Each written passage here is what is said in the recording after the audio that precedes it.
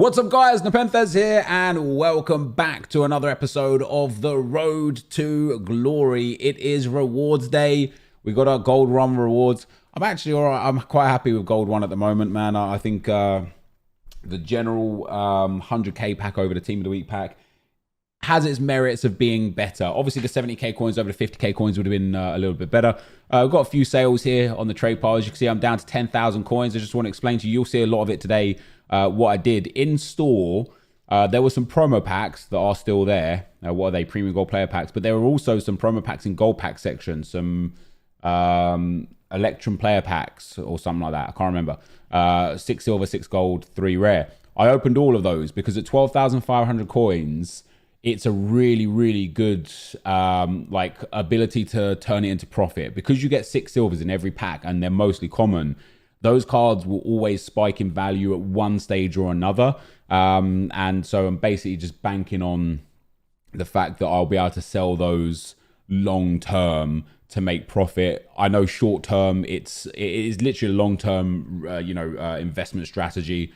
And I'm pretty sure I'll be able to turn each pack into more than the 12,500 coins that I paid for them. So that's what we did. You guys are going to see that in a second. But we've got Rivals rewards. I got Division 4, I hope rank 1. I had like 30,000 or 31,000 points. I didn't check yesterday. I didn't even play back into Division 4. So this week we're actually in Division 5 to start with. But there you go. We did get our rank 1 Division 4 rewards. I don't know what the rewards are either for Division 5. What are we looking at here? 58,000 coins. We're looking at 2 premium. Oh man. So you literally get a 50k pack the same as Div 4, a 35k pack the same as Div 4, then you get 2 15ks instead of a 45k.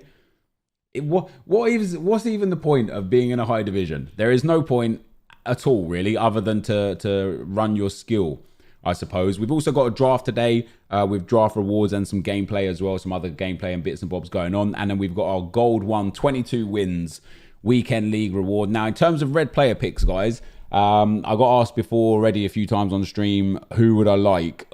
Genuinely, there's no one player that will like change my team. Kyle Walker would be very, very nice.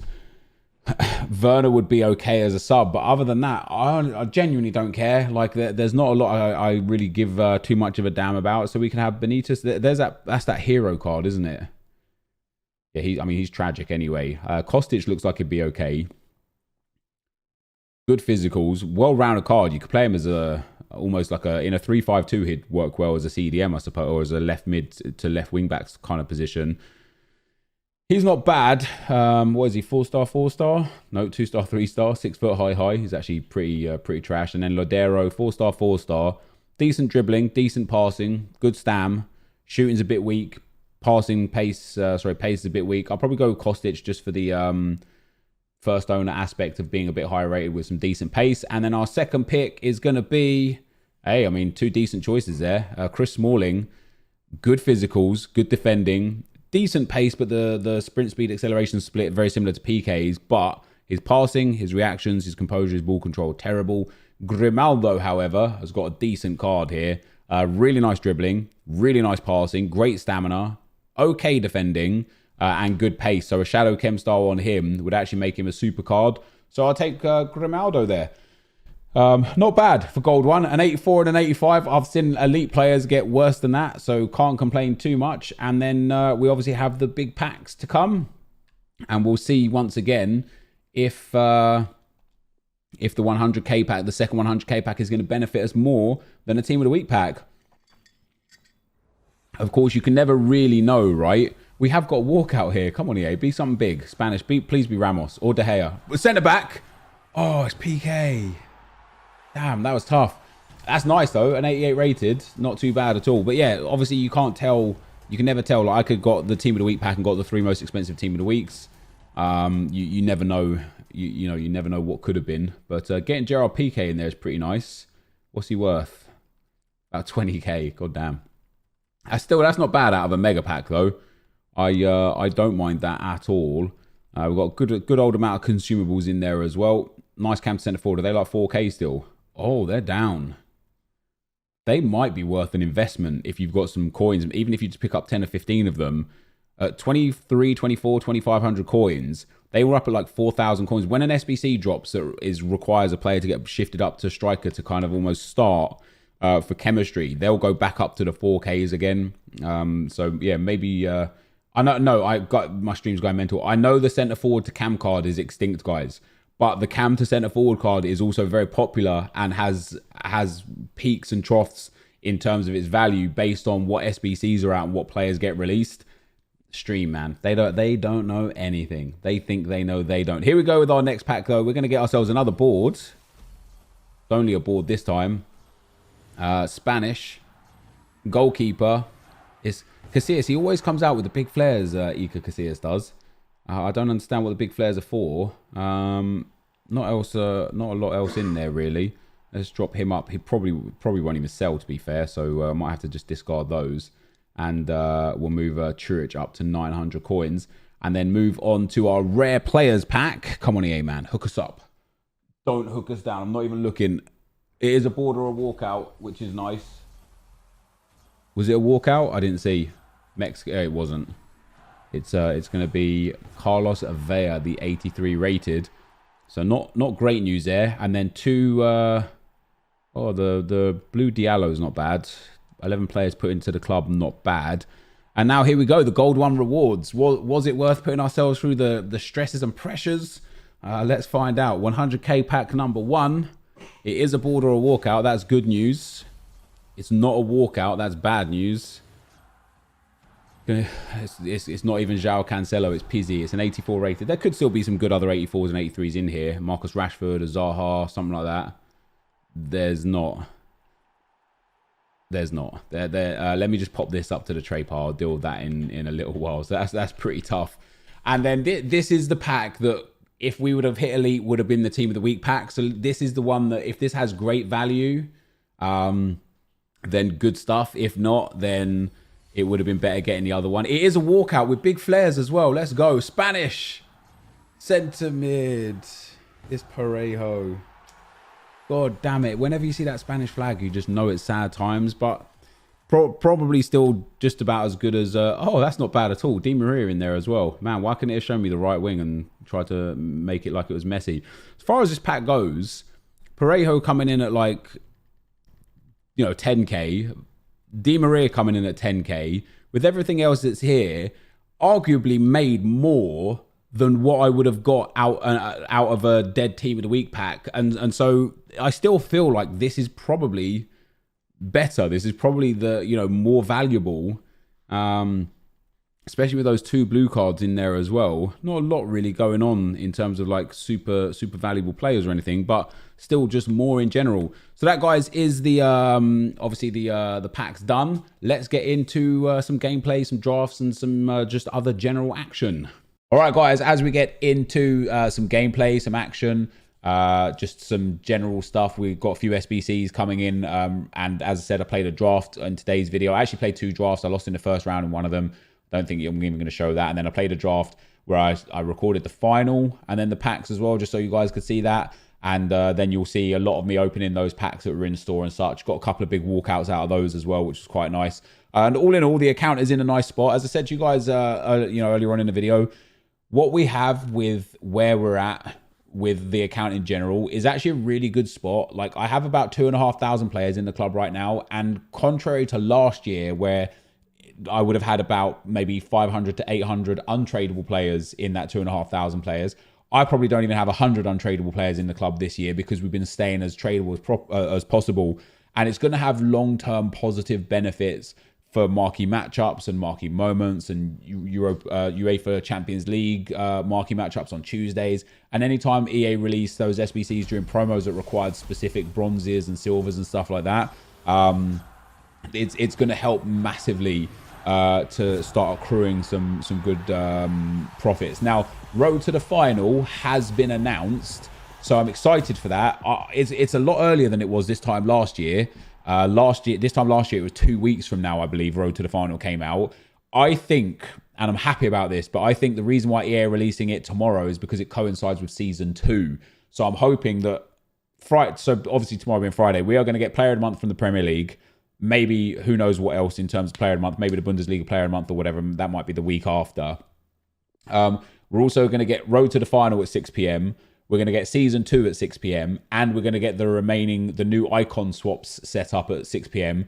So there's going to be a lot going on tomorrow. But what I'm hoping for from Road to the Final in Season 2 is I'm hoping that they put the season objectives as Road to the Final cards. So that level 30 player that we got this year, or this season, should I say, that Zaha, Tolisso, or Vasquez, I hope it's a Road to the Final card at the end. And you get to pick from one of 3, because I think that will be a really, really good addition. And I think that they could put milestones in for Road to the Final cards, season objectives to play for Road to the Final cards, and then, of course, SBCs as well.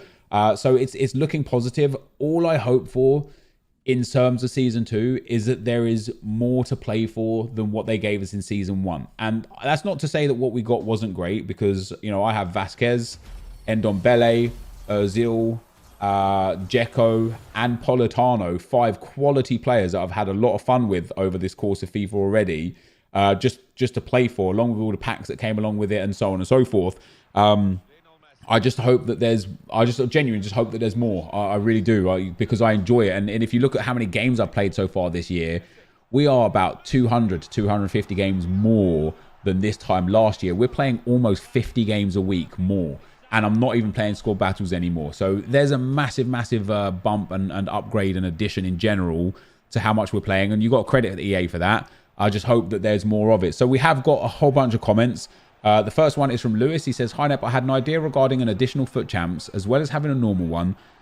Why not have one just for specific friendly fun game modes, such as survival or player swap, and instead of having it weekly, have it every time a new promo comes out and you get promo-based rewards instead of team of the week? Probably not viable mode, but would love your thoughts." I do see what you're saying. Basically, you want to put rewards in the friendly modes and have it not competitive. The problem that you'll get with that is it would just make it competitive, right? And I've also seen people asking for a FUT champs that's for people that aren't good at FIFA, right?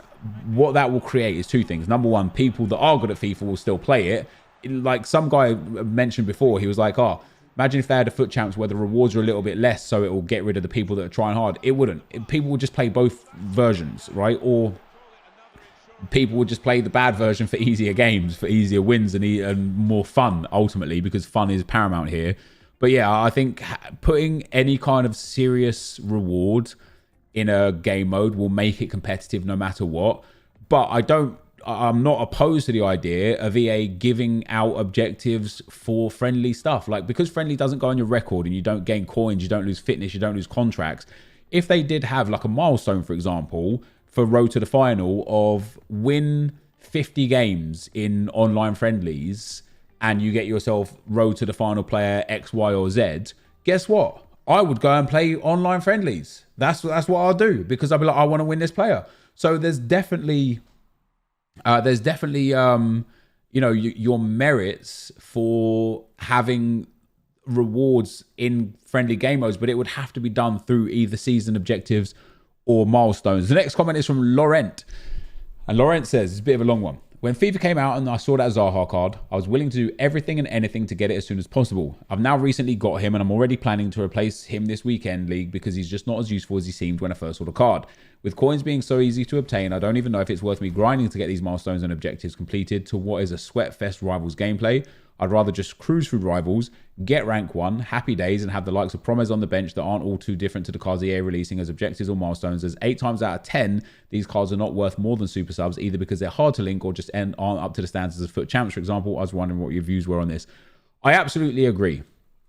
In regards to how quickly you can get something, the fact that EA are putting things behind a time wall, as we've discussed already, I don't think is very good. You know, no other game really does that. Every other game's like, look, if you want to be that guy that just no-lifes your way through this game to get this objective done, then you do you, go and get it. But FIFA, for some reason, are like, no, what we're going to do is we're going to make you no-life this game at our pace. And they do that on purpose, as, you know, as shown by the fact that they have 40% profit in H1 for FIFA Ultimate Team. Just in H1. Crazy. They made over $700 million in 4 months from FIFA Ultimate Team, compared to last year, $560 million. Right? They don't care about you as an individual or your gaming experience. This game, and that's not to say everyone, like they're obviously the developers, they care. The community managers, they care. But the CEOs and the CFOs and the COOs and the OAPs and the, you know, the EMTs and all sorts, they only care about how much money you can make them. And sadly, if they gave you the opportunity, the OAPs, yeah, the UFOs, you know what I'm saying? Sadly, if they gave everybody the opportunity to earn these cards at their own pace, what would happen is people like you would go and get that card ASAP, and then guess what? You'd stop playing the game. You'd go and play another game instead because you've got nothing to play for, because the gameplay isn't sustainable, right? So EA know what they're doing. They're doing it on purpose. They're doing it by design. All I would like to hope for is that the cards that they give us in the game are just better. Like that Politano card, amazing. He is a genuine high tier card right now. You know, if that card was on the market, he would be hundreds of thousands of coins, and you can get him from earning him. We need more of that. That's what I'm looking forward to. But yeah, I hate the fact that there's a time wall there. I know why the time wall's there, and I wish it wasn't there, but nothing's going to change, man. Genuinely, nothing's going to change, which is ultimately, it's just very sad. FVOB says, confused how the team got to such a weird place. I like my team. I'll tell you what caused me getting my team to a weird place, though, is shoehorning in Mbappe and Neymar, right? Putting Mbappe and Neymar into the team and then fitting everything else I had around them is the problem. And since I got Mbappe and Neymar, I have not put much time into growing my account because I've been playing the game a lot. You know, we played a lot of the game to get Politano. You know, we played a lot of the game to get Politano. We played, you know, objectives to go and get, for example, the elite storyline. I had to play a load of games for that. We had to play a load of games to go and get the UCL season objectives. And this isn't a complaint per se, because I enjoy playing the game more than I enjoy playing the menus. I enjoy the fact that I've got something to play for. But because over the last sort of like 10 days, I haven't really had the time to put into grinding the menus, I'm kind of just stuck with what I've got. I haven't really made that many coins. I got a few coins worth of stuff in the club. You know, as I said, I've got thousands of tradable players that we're going to hopefully make some profit on. We just got rewards in today again. We've upgraded our team a little bit here, which you'll see tomorrow. I went and bought Jan Oblak and Carver Howe to go into the team. And in general, the team is actually in a really good spot, right? So we've got Mbappe and Neymar up front. We've got Politano and Martinez at cam, which eventually will become Insigne and potentially even Scream Insigne if I can make the coins over the coming weeks. Or potentially a road to the final card, depending on what they are and how good they are. We've got two good CDMs in Guardiola and Mascherano. We've got Ducouré as a backup if we need to be. We've got some great players on the bench with Ozil and Dzeko, although Dzeko's kind of dead in this current games meta right now. And then our backline is still the same as what it was about a month ago. But it's good enough, right? I do want to get Van Dijk. We'll link him with Robertson, and then we'll pop probably De Gea in goal. PK and Carver Howers or Semedo as our players, and that will get everyone on full chem in that back line. It's just tough to get that amount of coins together because I haven't been focusing on it much. And with all probability, it will be another week or two before I have time to focus on it, because tomorrow we're going to get Road to the Final Season 2, new icon swaps coming out. It's going to be another whole bunch of like, holy crap, I've got grinding to get on with. So I don't really have all that much time to put into trading, bronze packs or anything like that. Like, I'm even running low on fitness cards and stuff. Like, it's been tough out here. And we'll just have to see how it goes. But I would much prefer to have the club that I have now with the players that I've got now, having had played lots of FIFA and enjoyed that aspect, than would be sitting here with, you know, Van Dijk already, another icon, and Messi on top of things, an insane team, but be sitting here going like, I'm bored, I've got nothing to play for. I much prefer what I've got going on right now, personally. And then Dropout says, Nep, why don't you sell Mbappe and Neymar, get Dalglish, use Hulk left wing or someone else, and leftover money get Van Dijk for Militao. You already have Robbo, then get David De Gea. I want Mbappe and Neymar are likely going to be in my team now until Team of the Year. Ian Wright's going to be in my team from next weekend league as well, so he will replace Martinez, and then so Scream Insigne probably out the window, to be fair, because it will be Ian Wright and Mbappe out front with Neymar and Politano as my cams. And I honestly think that is a good enough set of players right now to the point where there's just no complaints or excuses or anything. It's, you know, they are 4 absolute high-end top tier players. So yeah, at that point, it will be about working towards the next players, as I just mentioned, but I'm not getting rid of Mbappe and Neymar. They're just both so good. They have really good records for me, and I thoroughly enjoy playing with the pair of them. The next comment is from Jordan. He says, "Hey Nep, have you noticed that the player hugging the post in a corner loses stamina pretty fast? I always have to pull him off, otherwise they lose fitness rapidly, especially if the other player takes a while to kick the corner." And no, I hadn't noticed that. What I assume is that you mean if you're the defending team, the player that stands on the post, I don't know if you mean near post or far post, by the way, loses a lot of stamina.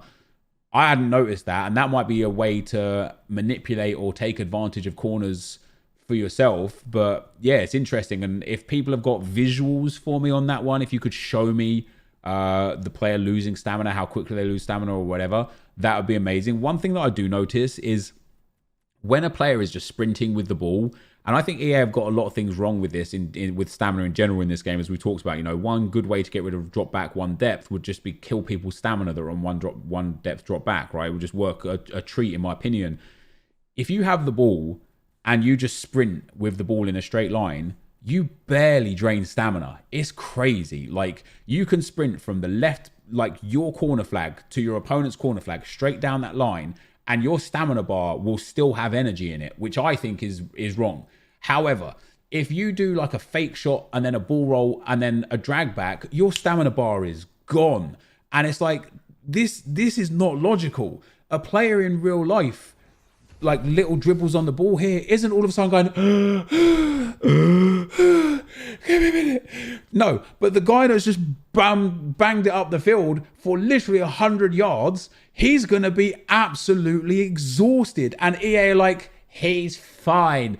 Oh, by the way, you're on drop back. So now he's lose possession and he sprints all the way back and he's still like there, sunshine and roses, living the dream, whilst you've accidentally ball rolled and your player's now all of a sudden going down with cramp in his calf. Like EA have just got it so backwards with stamina, and it's infuriating. So anyway, any visuals on that would be good. Nikki says, the XP doesn't carry over. I asked EA help and they sent me a link which says it resets after every season, unfortunately. Well, I picked this comment because I said I want to let people know that the EA help genuinely don't know what day of the week it is. They read off of a sheet, an answer sheet. They don't have any truth. They don't play the game. They don't know anything about FIFA. They are EA representatives, right? Or EA helpers. They are outsourced. They don't actually work for EA. They are just like a call center, essentially, where you just ask your question and they're like, oh, he asked this question. Ooh. Oh, the answer. This is the answer. They don't know, right? They don't know anything. Never believe a word they say. With that being said, there was also a comment from Bat Mario Leet Geb Fastard, and he says, the XP won't carry over into Season 2.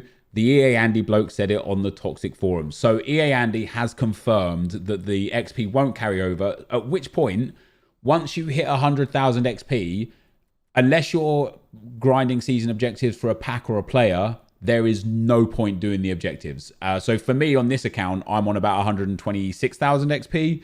And on my pay to win account, I'm on about 108,000 XP. And it was pointless getting those extra XP slots because they don't really mean anything at all. The next comment is from George. He says, Nep, will you be grinding as much for the next season of season objectives like you did for Vasquez? Also, keep up with the good work. Well, thank you very much for the kind words. I don't know. In simple terms, yes, because I like getting the content, right? I like engaging with the viewers whilst we're doing it together. I love on stream working towards a certain piece of content one way or the other, whether it be that Politano or, as I say, you know, the Dzeko, or like doing Dzeko on stream was a nightmare, but in a good way. It was so much fun struggling with that Romelu Lukaku trying to score from across, and people are like, why don't you just build a full Serie A squad? That way you could score from anywhere. I don't want to do that. I want to, you know, hinder myself on purpose because it helps generate and create fun experiences through painfully playing this game, right? So because of that, I will probably do everything EA offer, at least for the first few months of the year, like I do always. Last year, we played squad battles at least to a small level for a few weeks. We obviously played top 100 for the first few weeks. We played division rivals to rank 1 a lot of weeks until sort of towards FUTmas. We did a lot of SBCs. We did a lot of the weekly objectives. Even if they didn't help my squad, if they didn't improve my squad, if they weren't even high enough rated to be worthwhile in an SBC, I still did them, right? Because they were there to do. And then after Team of the Year, it started getting way more boring to do. Like the time versus reward just continue to deplete to the point where it's like, look, I'm not playing 10 online singles matches for some trash bag 85 rated card that means nothing. Like, I'm just not doing it. I'm not wasting my time on that. And so now, because we're still in the early stages of FIFA 20, there's still a lot to play for, lots of room to improve my squad, lots of room to improve my gameplay specifically as well, and lots of potential fun stuff coming with season objectives and milestones. I'm excited to keep playing this game. I don't know when that excitement's going to run dry. That's on EA. That's 100% on EA as to whether or not they're going to keep the people that are playing this game interested. And that will going back to another comment, will be based on what kind of players they give out for season objectives and for milestone objectives. Because if they are dead players that are just not worth people's teams or time by the time they can get to level 30, people will just stop playing for level 30. And on that note, like, if I put as much time into just playing draft, and I know I've mentioned this a lot before, but if I put as much time into playing draft as I did for playing season objectives, I would have arguably millions more coins in my account right now, because it's so easy to make profit off a draft. No matter how good or bad you are at the game, it is easy to make profit off draft. It's playing the long game, right? And as we talked about many times, the downsides of draft is you can't use your own team, and you don't get certain reward picks like the guaranteed team of the weeks and stuff, and the rewards in general are just the same as every year, which is sad. And you have to pay 15k to enter. But the benefits of the draft is you get the rewards immediately. You can play with players that you could never afford to play with outside of playing in the draft. And it's a much more fun experience, but it's also a much more profitable experience. I honestly believe that with the rewards that you get back, especially if you're a good player, the better you are, the more rewarding draft will be. But it's so easy to achieve. Like, today we got 2 100k packs from our gold 1. That took me 30 games to get there. If I played 30 games in draft, even if you take into consideration how many coins I would have spent to enter the draft, I would have had a net gain of far more than 200,000 coins worth of packs. So it's just far more valuable for time for me. I prefer to do the things where I'm playing for something, which is why we're spending not enough time in draft and more time everywhere else. And then last but not least, we've got a comment that says, dude, I'm a Division 5 player and I have dropped to Division 8 because I always match pros who drop divisions in order to do objectives. Someone in my stream has said no pros in Division 5, and that's fair to say. Pros will be dropping down to Division 2 and Division 3 to do their objectives, not to Division 5, right? And it's all relative, right? You could play somebody, if you're a Division 5 player and you play a Division 4 player, they might feel like a pro player to you because they're just better than you, right? And so people's mindset straight away is, this guy's good, he's probably pro. I do it as well. I'm always like, when I come up against someone in Division 4 and I'm like, damn, this guy's all right, man, he's probably also a Division 1 player that's kind of dropped down. Maybe he's not. Maybe he's just a strong Division 4 or Division 3 player that's also playing a good game of FIFA and just making it hard for me. It's not always it's not always a pro player that you're playing. You gotta understand as well that people drop naturally. I dropped from almost Division 2, just outside of Division 2, all the way down to Division 5 whilst trying to complete Politano, and I didn't do it on purpose. I didn't like tank losses on purpose. I literally took losses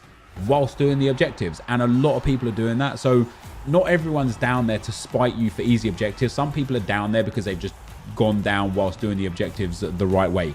This, though, guys, is going to be the end of the video, and that will be the last 81 UCL pack I do as well. If you enjoyed it, be sure to leave a like, rating, comment, subscribe to my channel if you haven't already. But for now, guys, I'm out. Peace.